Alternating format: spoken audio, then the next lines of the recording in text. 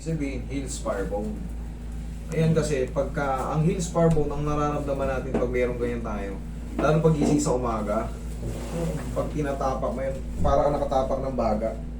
Parang ang sakit niyang itiin pag tinreatment. Pero, believe me, tanggal yan. Okay, ano pa? Yun lang naman ang... Sige sir, ubarin mo yung shoes mo, higa ka dyan. Madali lang yan, pero kailangan nyo lang talagang tiisin kasi hahanapin yung portion na masakit, yun yung didiinan natin, tapos after nun, tapos ulit. O sige, higa ka dyan. Higa ka lang sir, higa lang. Ay, gala. Yeah, bata pa yan eh. Sorry. Sige. Dalawa ba o isa lang? Ito po. Itong kaliwa? Okay. Sige, relax lang. Binigyan ko na kayo kanina ng ano nito. May sample kanina, dalawa. Dalawa yung sa paa niya. 18 years ha? Si 18, yung tiningis niya 18 years. Pero so far, so good naman. Medyo flat-footed ka sir ha? Medyo...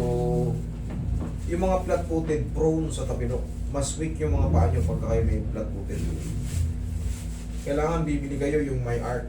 Kadalasan sa sapatos nyo yung pandog may parang orca. Dati. Huwag kayo magsusuot ng mga tsinelas na flat o yung flat shoes. Ito, flat. Ano yan? Mas prone kayo, mas mabilis sumakit ng paa nyo. Oh? Malalaman pag flat footed, ito malaki. Hindi siya naka-art. Tingnan mo yung paa ko. Sa'yo, ito malaki dito mo. Tumataba yung dito mo. Yan, sign ng flat footed yan.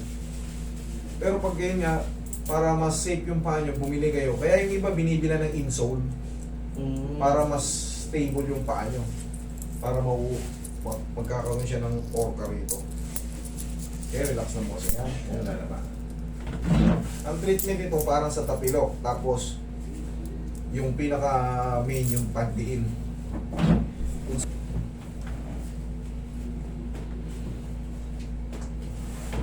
Tingin pa Roy. Wala. Dito. Ay, konti. Konti. Dito sa gitnang-gitna. Wala. Dito. Konti.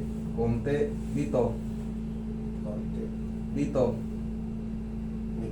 Konti. Medyo mas, parang medyo mas masakit sa konti. Dito. Wala. Wala. Dito. Konti. Konti. Dito sa taas. Ganun din. Dito.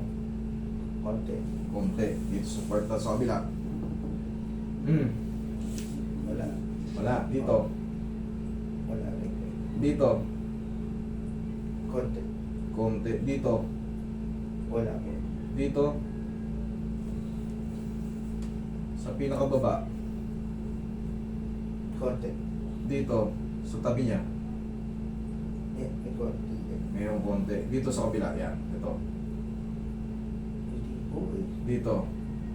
Yan. Yan. Dito. Actually, ang nangyayari kay sir, paikot siyang konti. Bearable niya. Kaso, siyempre, pag tumatagal na nakatayo siya, yung konti na yon, yung full force ng bigat mo, dahil nandito lang ng bigat, unti-unti siya nagkikreate na ng irritation. Ganon ang nararamdaman nyo. Para ano siya. Yung ganun, parang may tutusok. Pakalat siya. Meron siya, kaso hindi siya yung severe talaga na in-expect ko na, Roy, begging ano? Actually, nung nakarang ko meron.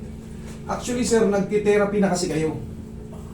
Kaya wala na yung pinaka-portion na ano. Yun ang totoo. Dahil nag-under kayo ng therapy, kahit pa paano, medyo mabagal lang talaga yung ano. Medyo mabagal lang talaga yung ano. Sa akin, isang bira lang to. Itong ganitong kaso. Isang bira lang to.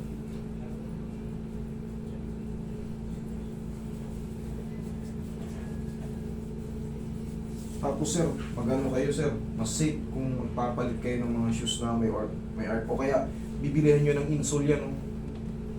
Maniwala kayo sa akin, mas weak yung paa nyo sa mga flat. Kasi lumalapat lahat yan.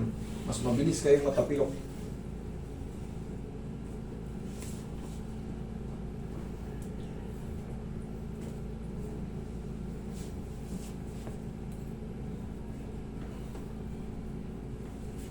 Yan po.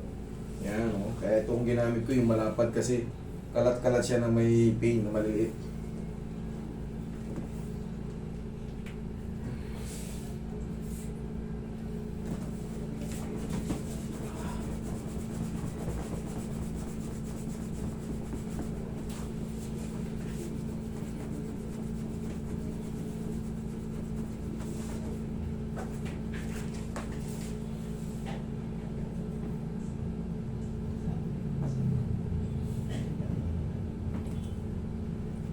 Actually, nakatulong din yung therapy mo, sir. Totoo lang. Hindi ka umiinda ng sobrang sakit ngayon. Kasi po nung tinerapy niya ako, ano, talagang sakit eh. Oo, naunahan niya na ako, kaya sabi ko, malaking tulong din yun. Pero dahil hindi ka contented, sundan ko. Tsaka syempre, mas maganda yung wala na po.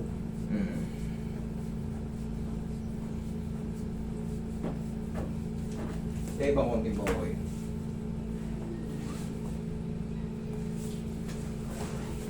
Three to 4 days sir, ano na to? Malaya ka na nito. Bali, pauupahin lang natin yung diningan ko dito eh. Sige po. Yung pinakadiningan ko. Tapos pwede na ako mag-basketball. Oo! Pero isa lang ang tatandaan nyo. Huwag na huwag kayong magpapaa kung kayo ay naka-tiles. Pagka umiinda kayo ng ganito, pag nakapaa kayo, tas lalo sa umaga naka-tiles kayo, yung lamig ng tiles, na-absorb ng buto natin, nung kalkanayan natin, para siyang nangingilo. Hanggat maaari magpambahay kayo tsinelas, kasi katagalan iinda yun. Believe me, kasi ako galing na ako dyan. Pero syempre ako, kaya kong i-treat yung sarili ko eh. Kasi alam ko to eh.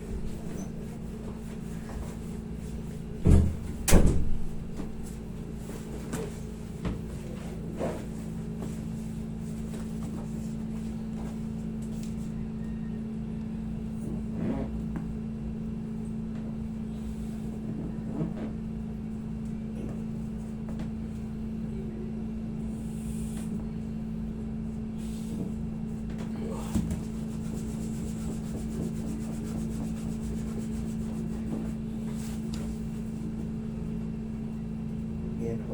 Yan. Medyo kumipilot dyan.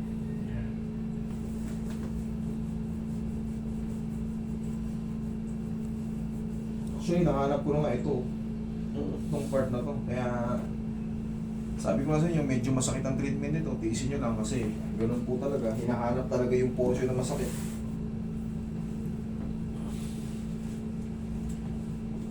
Pero ay guarantee nyo, kaya nyo ilakad ito mamaya.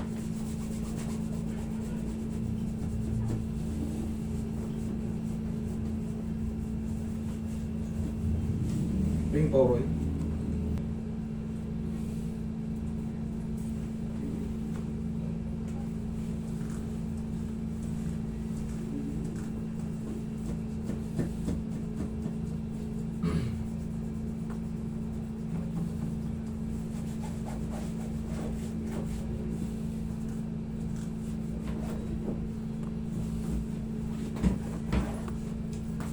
Sige sir, try mong itapak.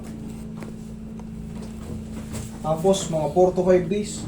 Ano na yan? O 3 nga lang eh. 3 to 4 days lang, ano na yan. Wash out na yan. Ngayon, try mo.